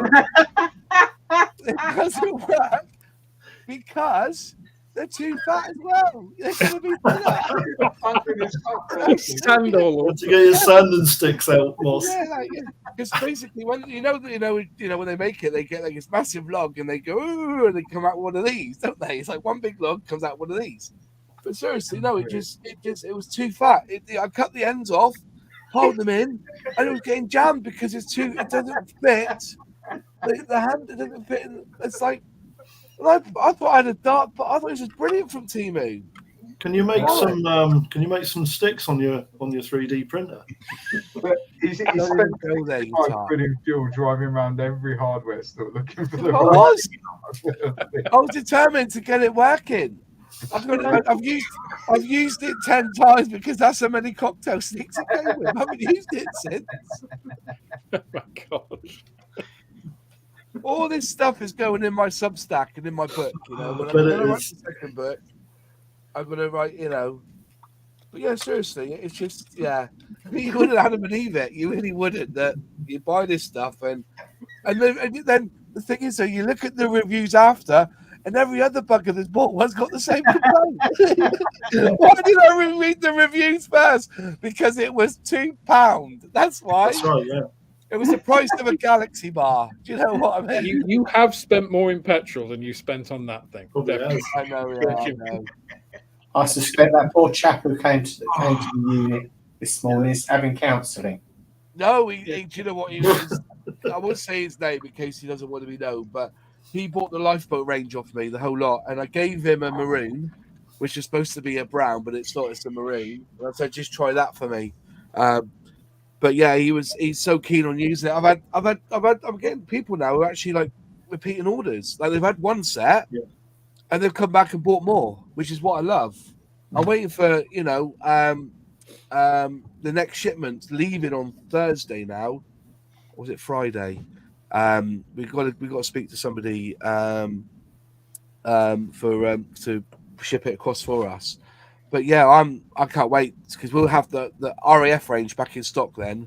But then I've been doing some work this week on trying to match up the colours because I've got the AK Interactive. I've got a massive 4-page sheet of all the colours they do and what links to what. And because I've got a lot of BS codes and FS codes and that, I've been putting no information on the paints.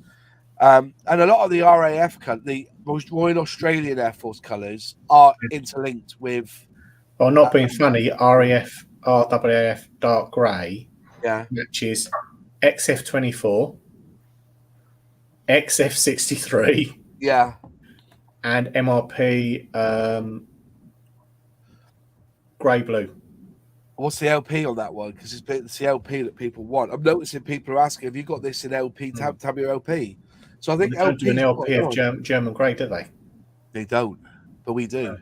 Yeah. Well, the other thing, and somebody mentioned this again on the video that I put out, was asking, or was it? Might have been on the Discord. Anyway, so if you look at Tamiya TS paints and Tamiya XF and LP, quite often they'll have shades which are supposed to be equivalent, and they're different colours.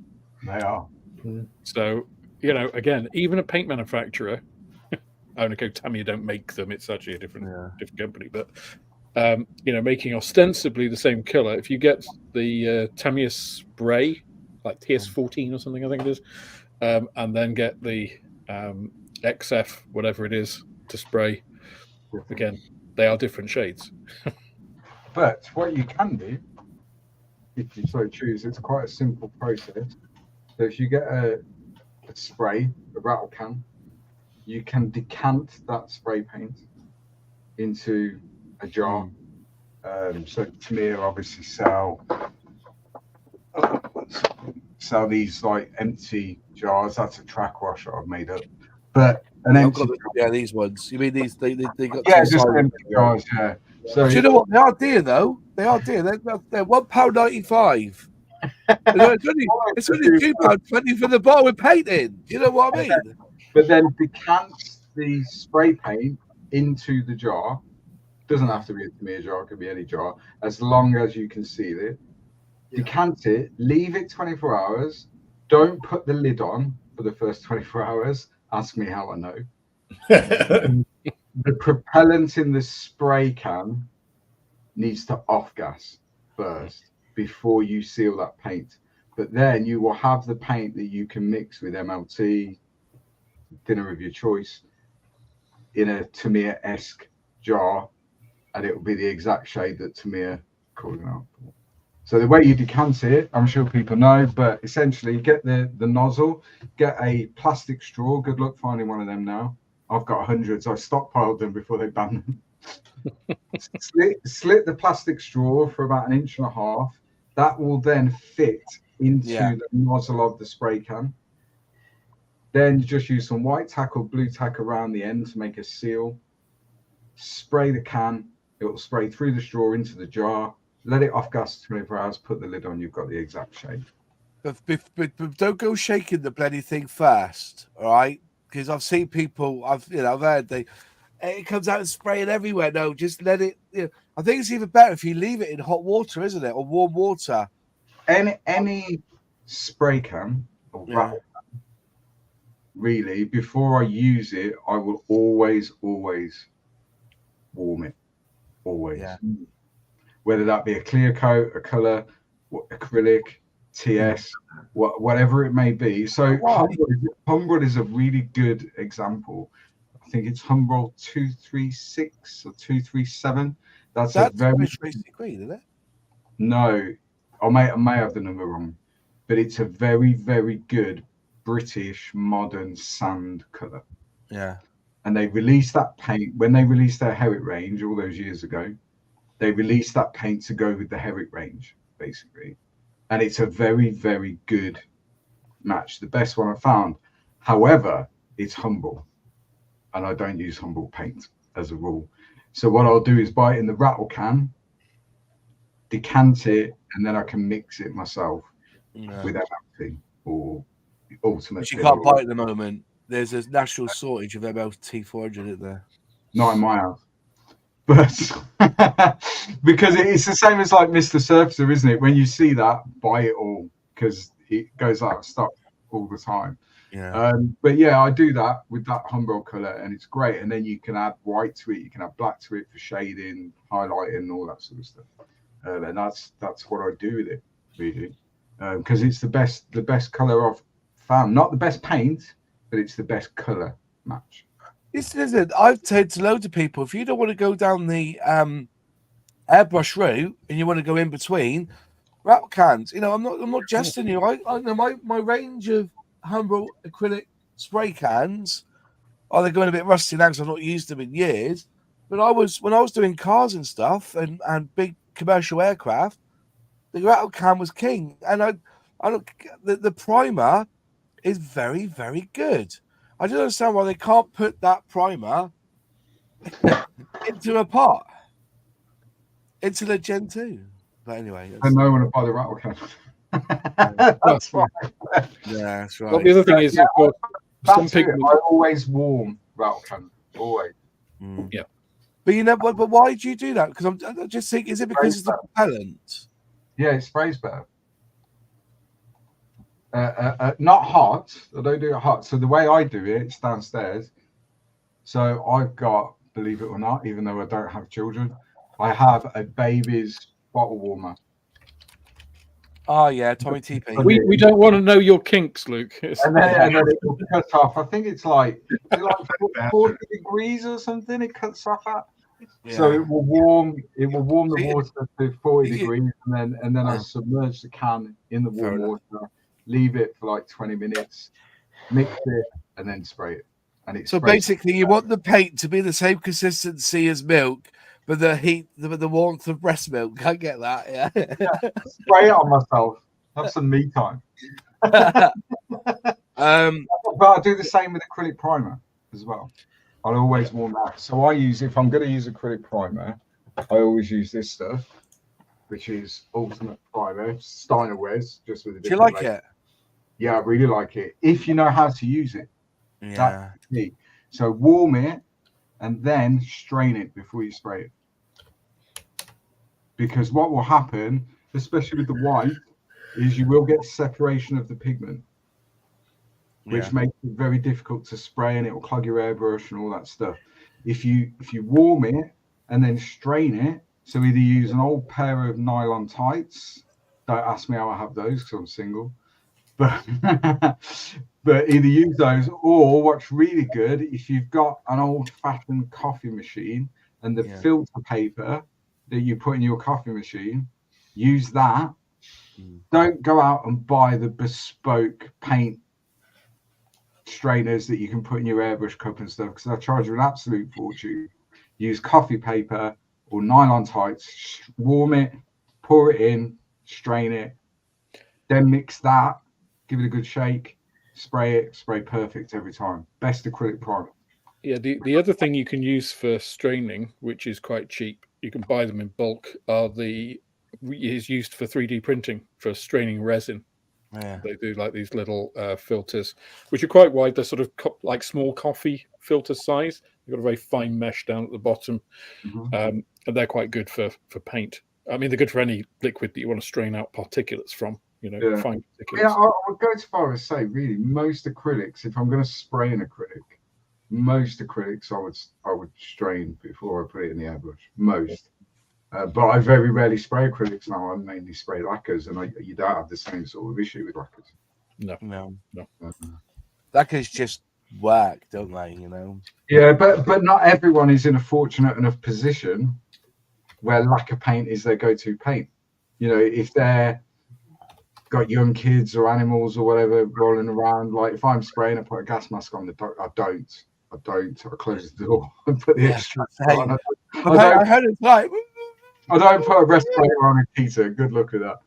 But if they've got young kids and stuff and they live in a smaller house or whatever, I understand why people wouldn't go down the lacquer route, because it is harmful. You need a good extractor. Is it? Separator. I've been getting off my tits on it for years. Lacquer paint. But I can extract it, leave the extractor on, close the door. It doesn't affect the rest of the house. I can leave it a couple of hours before I go back in that room. And I mean, something's going to kill you one day. You just choose what. Absolutely. But then vape. So, do you know what I mean? The vaping will kill me before the lacquer paint does. Absolutely. Yeah. Don't smoke and spray lacquers, folks, either. That's no. You'll do it once. Yeah. And have a fire blanket fairly close by if you're going to do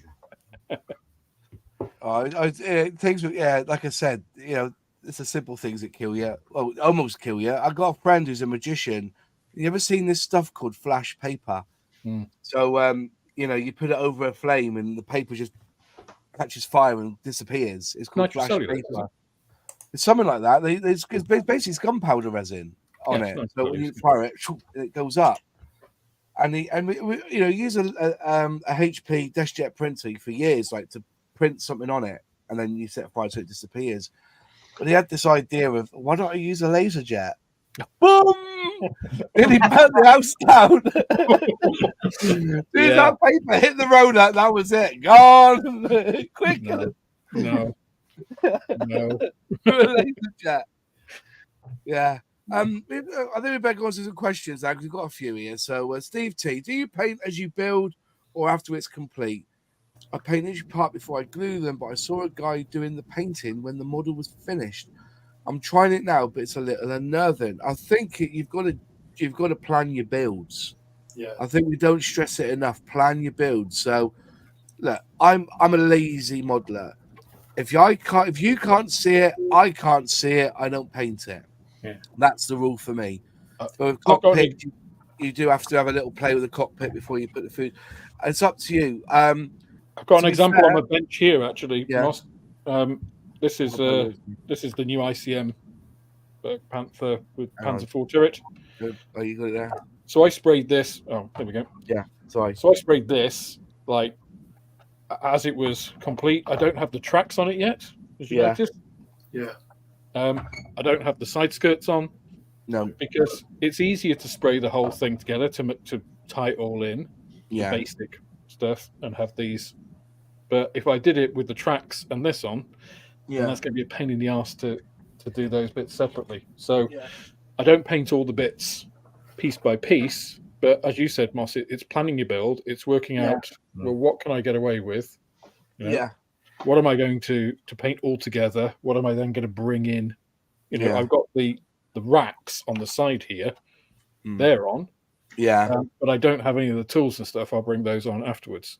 So I'll bring that. This is just about that stage now where those will all come on, and then I'll weather it. Weathering affects the whole thing, and it will help tie it all together.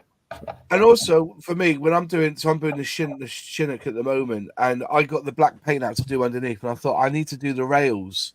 So while I had the paint in the brush and the airbrush, I then sprayed up all these bits that need. I went through the instructions to see what is being painted up black, and so I painted up all the bits that are going to be put on after I've done the decals, because you know these little tiny bits on that I feel it go on the edge of. Is it like a wire?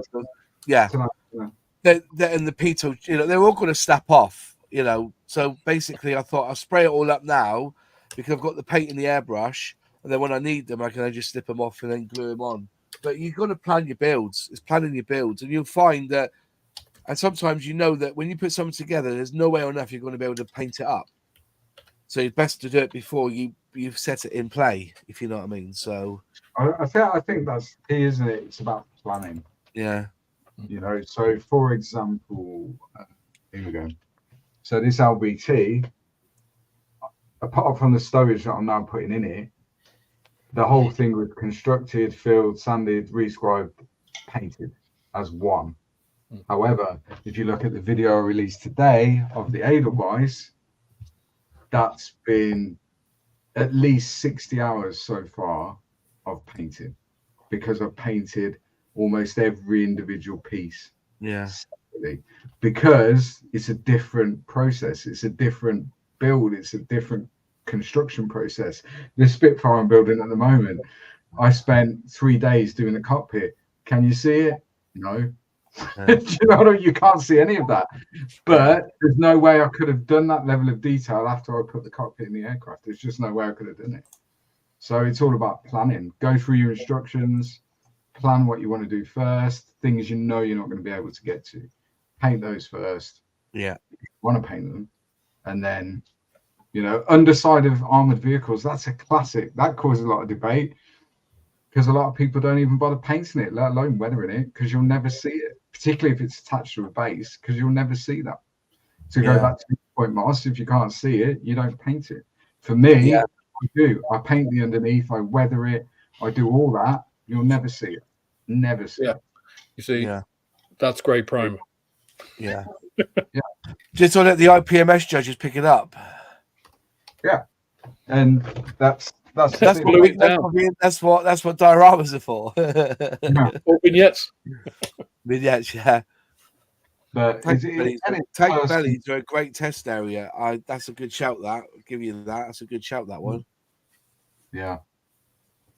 No, I tend to build up sub assemblies. Yeah. Get some of these things. These are great.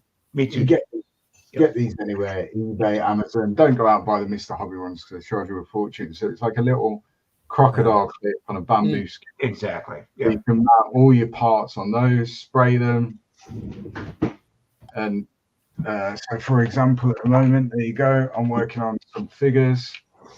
So the figures aren't fully assembled, but they're all mounted. All the different parts are mounted on these sticks in a bit of polystyrene, and allows me to paint them all separately and assemble at the end.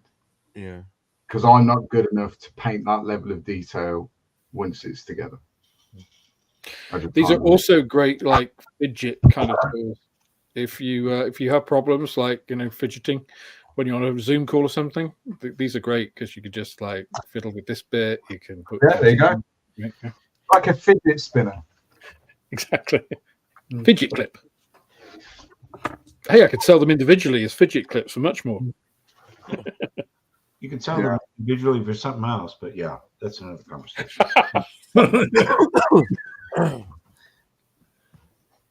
Moving on.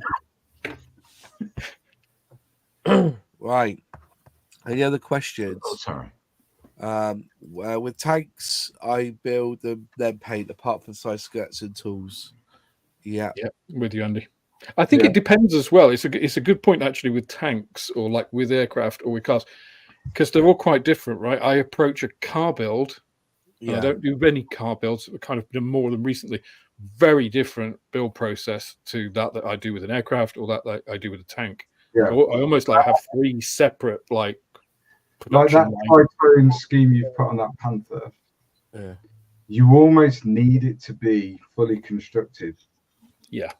Before you apply that scheme. Otherwise, the risk is that each panel, if you're painting them all separate and going to assemble at the end, it's not going to be uniform. It's not going to flow over the vehicle. It needs to be kind of together before you start applying that camo scheme. Otherwise, it's not going to look right. Whereas, for example, with the Edelweiss that I'm doing, now, okay, that's a fictional tank, but if you look at the reference pictures from the anime series, each panel has the same camouflage scheme, but they don't match.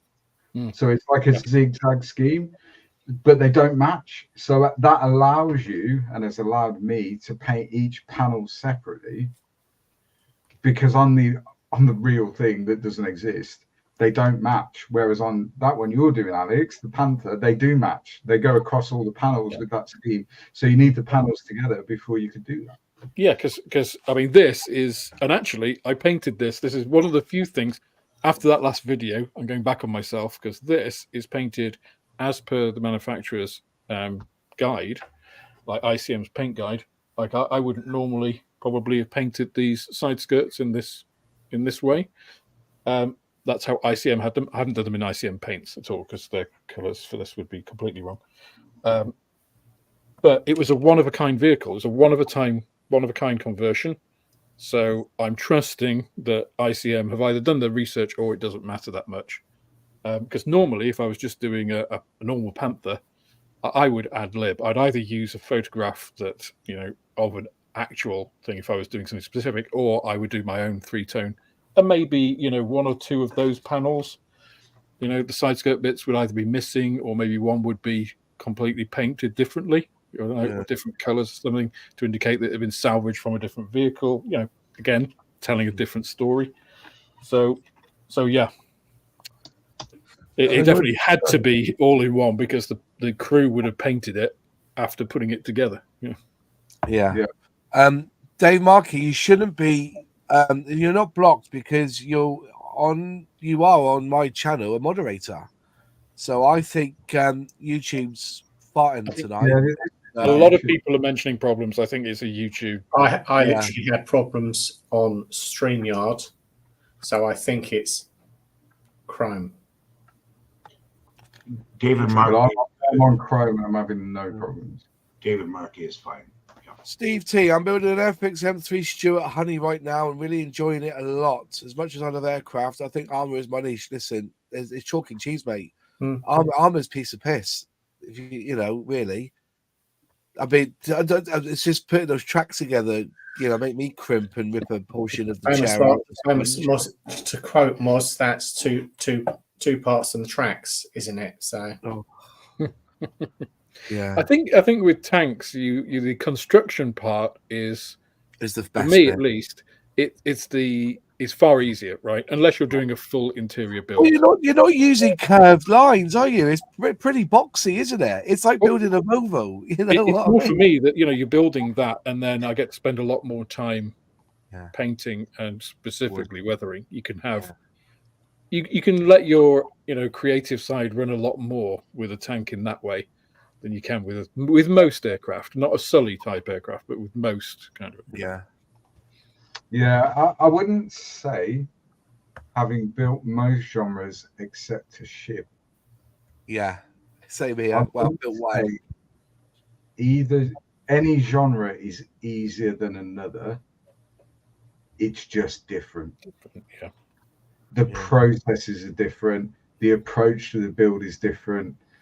On aircraft, for example, you generally are going to spend a fair amount of time filling, sanding, rescribing, re-riveting. You don't do that with armor generally, but you don't try and create mud effects on a Spitfire in general. You don't. You do on armor, and that's where That's what separates a good armor build from a bad one.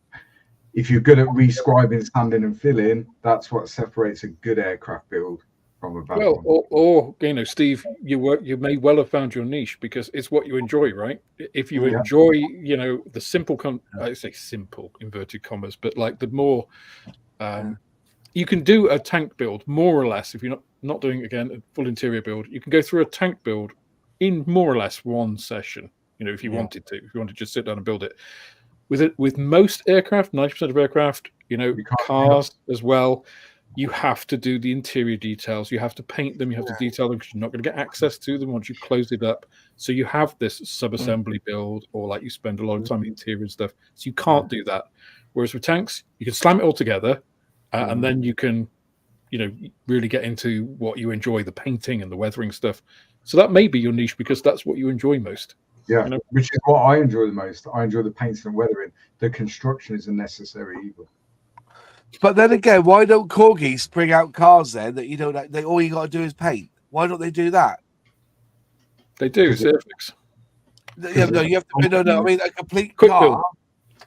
build. Yeah, why don't they? Why don't you see people bring out it all completely built, and all you got to do is paint it? You don't. That's the problem. You've either got to build it from scratch, then paint it, or it comes metal and die cast and it's already sprayed up. So it's and just it a thought. wouldn't be too like it anyway. Yeah.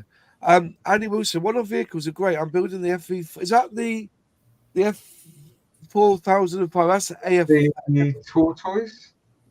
AFV, isn't it? Didn't AFV Club? No, it's fighting vehicle is what it stands for. The FV4005. That's the one at Bovington, isn't it? That they're trying to get built up. I'm sure is that AFV then? Let me know in the comments, Andy, if it's an AFV one, because if it is, I'd like to have a go at that.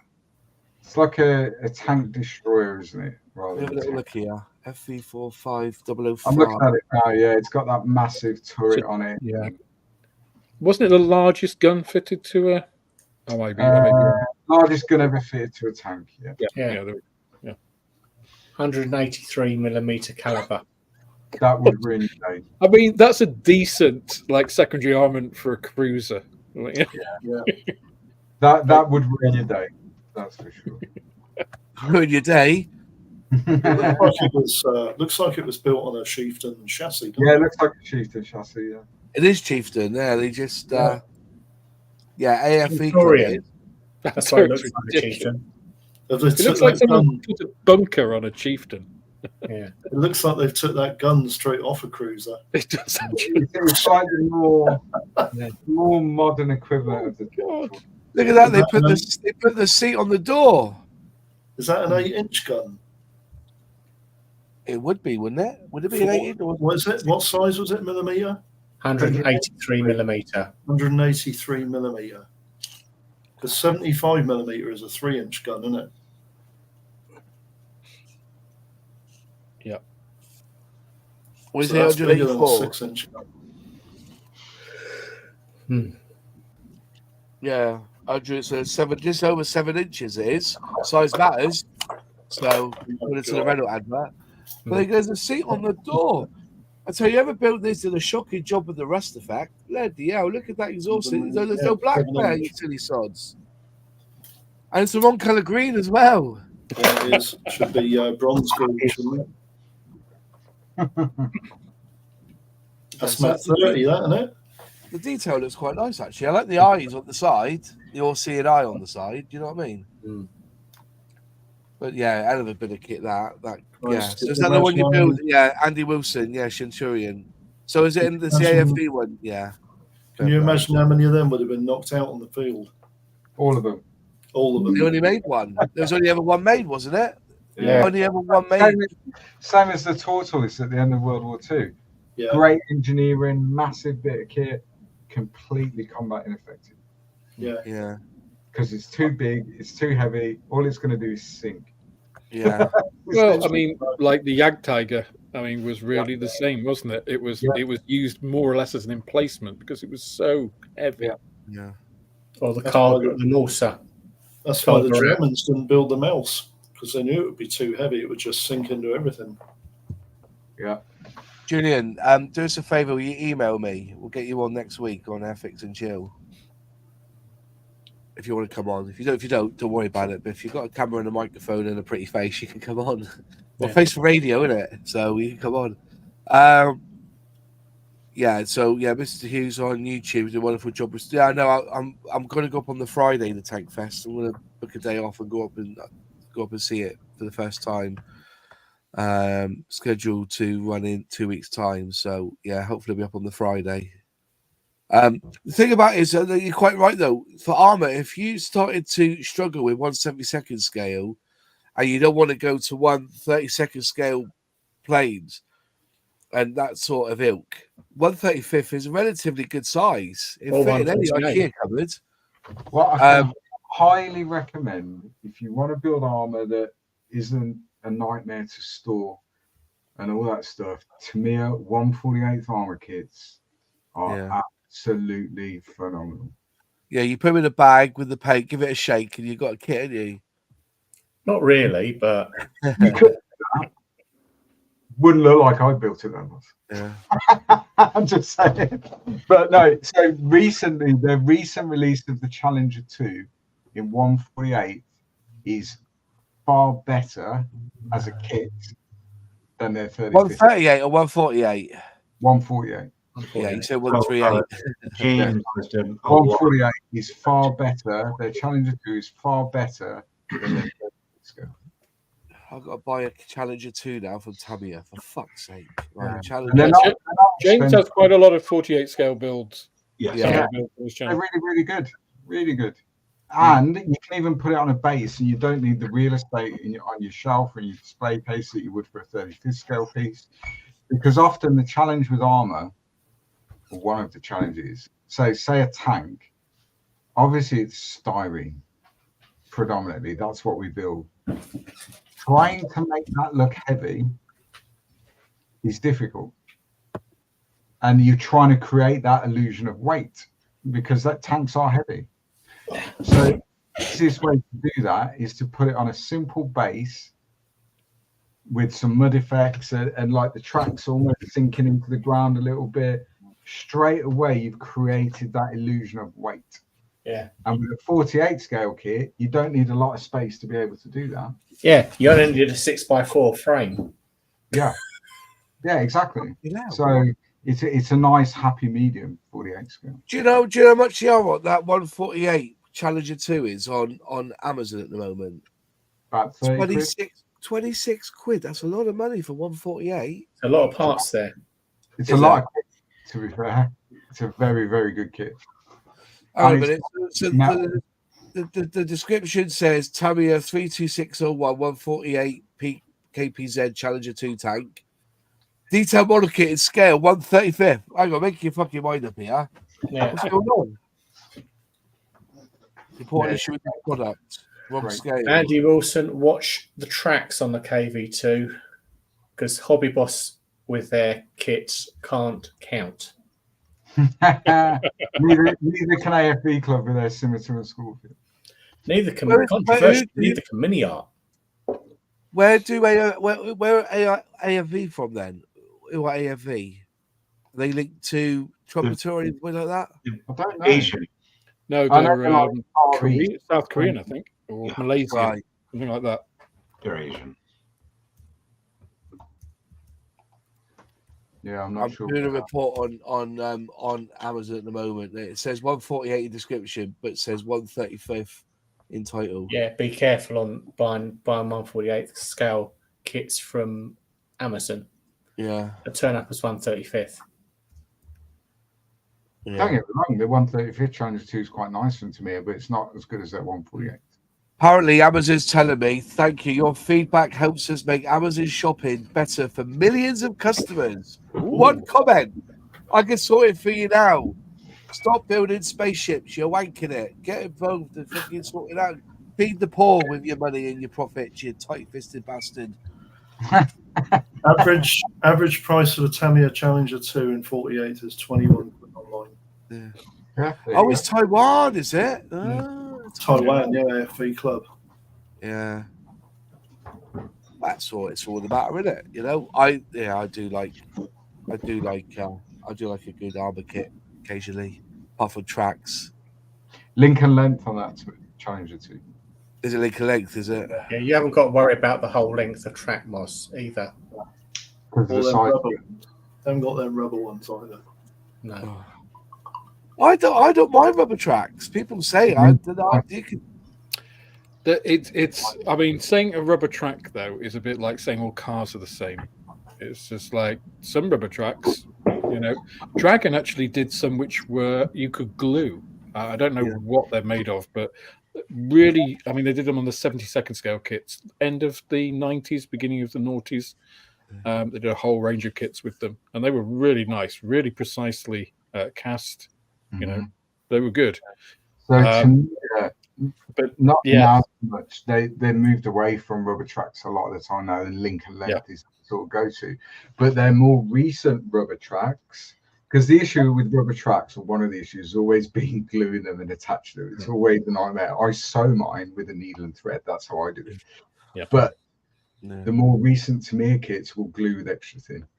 They change the, I don't know, makeup of the rubber tracks. Is there anything you're trying to tell us, Luke? I mean, you're doing sewing. You've got some like milk warming stuff. You've got. Yeah. There's a theme here tonight. Listen, mate. Listen, I can assure you. I'll message you in the morning when I wake up and see what sort of day I'm having. Listen, if I was in the desert dying, I'd want Luke there. You sew me back up again. Yeah, staple vinyl brand. I can actually do that. Yeah. I've done a course. Yeah, it's a different sort of sewing, but yeah, it's sewing nonetheless. Yeah, just put some of those. What are they called? They dissolve, don't they? Dissolve. Oh, even better, just use super glue, innit? Just I've done it before. Get a bit of super glue with a cut. Paper cut. When they train you, completely off topic, when they train you to use wound closure stitches, and there's two types, either dissolvable or ones that have to be removed. But when they train you on pigskin, because that's the closest you can get to human flesh. Yeah. And that's what you practice on. It's what the Americans use for gunshot wound trauma teams. Mm-hmm. Yeah. Yeah. We're pretty close to pigs in many ways. We're pretty close to pigs. Yeah. In many ways. A lot of our organs are very similar in their makeup. There's a lot of genetic research going into like potentially growing human organs in pigs. Yeah. A lot of heart valve replacements. Mm-hmm. I reckon pygmies call human meat sweet pig. Yeah. Well, cannibals. I mean, the band, the Long Pigs, were called the Long Pigs. Long Pigs is the name that cannibals call humans. Yeah. And true story. So I cannot. Smells can evoke memories, can't they? Smell, music, whatever it may be. Yeah. I cannot still to this day, and we're talking about 20 years ago, to this day, I cannot roast pork and I cannot have pork on a barbecue because the smell of pork cooking smells very, very similar to burning human flesh. There you go. There you are. Oh, Nigel's in the house. Nigel, nice to see you, my friend. AFD clubs are linked to Panda. They are Taiwanese. Yeah, that's good. Yeah, hope you're well, Nigel. They're not a bad company either. No. Good kids. Good kids. Yeah. I like them. AFE Club. Yep. Yeah. Good stuff. But what I will say, if you're going to build their Scimitar or Scorpion, which is a great kit in 35th scale, is really good, but get aftermarket tracks because their tracks in the kit don't fit. They're too short. They don't fit. Or make one side and just display it in a diorama, like with a shop or something behind it, so you can't see. There's always a way. They're too short. They're too short, which is a shame because for rubber tracks, they're actually quite well detailed and stuff, but they're just too short. The only AFE club kit I've ever built was the MiG-25 and 1/100 scale, and it wasn't even an AFE kit. It was an LS kit. So you have to worry, they are quite pricey, but they're not always AFE. Yeah. Idiot 101. She's gone back to, I think he's watching the first 5 minutes of the video. There's no such thing as a correct color, as what people see varies from person to person, including your physical, mental health, and mood. See my comment on the paint by numbers video. Fair enough, Idiot 101. Get that? I think we actually covered that in the video. So, different color lights. Is a Mrs. Had a go at you all day. You know what I mean? It's what Nigel said a couple of weeks ago, isn't it? If you want to paint the Red Arrows team, you need 11 different colors of paint, red paint. Yeah. Because every aircraft is a different color. Yeah. Are you sure? I thought they sprayed them all up the same. Yeah, they're all different colours. They're all different. Every aircraft is a different tone. It's hard to believe that the oldest Red Arrow that's still going is 45 years old, isn't it, or something? Oh my gosh. Is it 1980, 81 or something? I think they took over in 1981, didn't they? Yeah, it was 81. Yeah. And the oldest one that's still going is 1980. Yeah, it's like 40 odd year old, like, you know. 42 years old, isn't it? Yeah, I'm pretty sure that. It must be a bit like a broom ahead and shank, though, mustn't it? Because I would have thought quite a lot of that aircraft's been replaced. Yeah. Oh, yeah. Like Trigger's broom, isn't it? Like Trigger's broom, isn't it? Yeah. I have an AFV Club M109G. Got to build it for my grandpa. He worked with the Bundeswehr M109s when he was in the US Army. Oh, fair enough.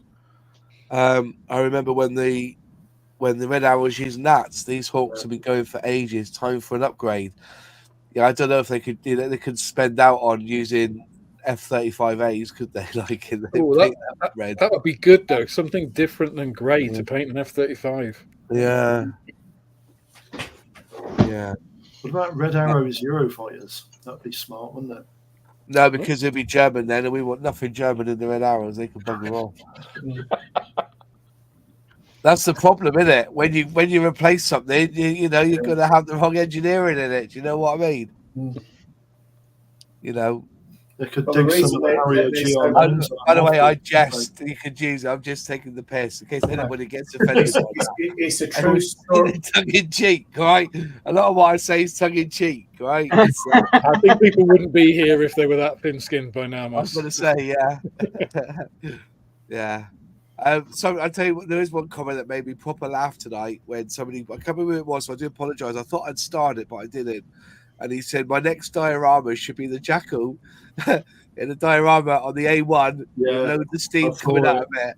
And he's quite right, because when I go to Barnstable sometimes, do an auction house up there, I've seen them there on the side of a road, pouring out steam.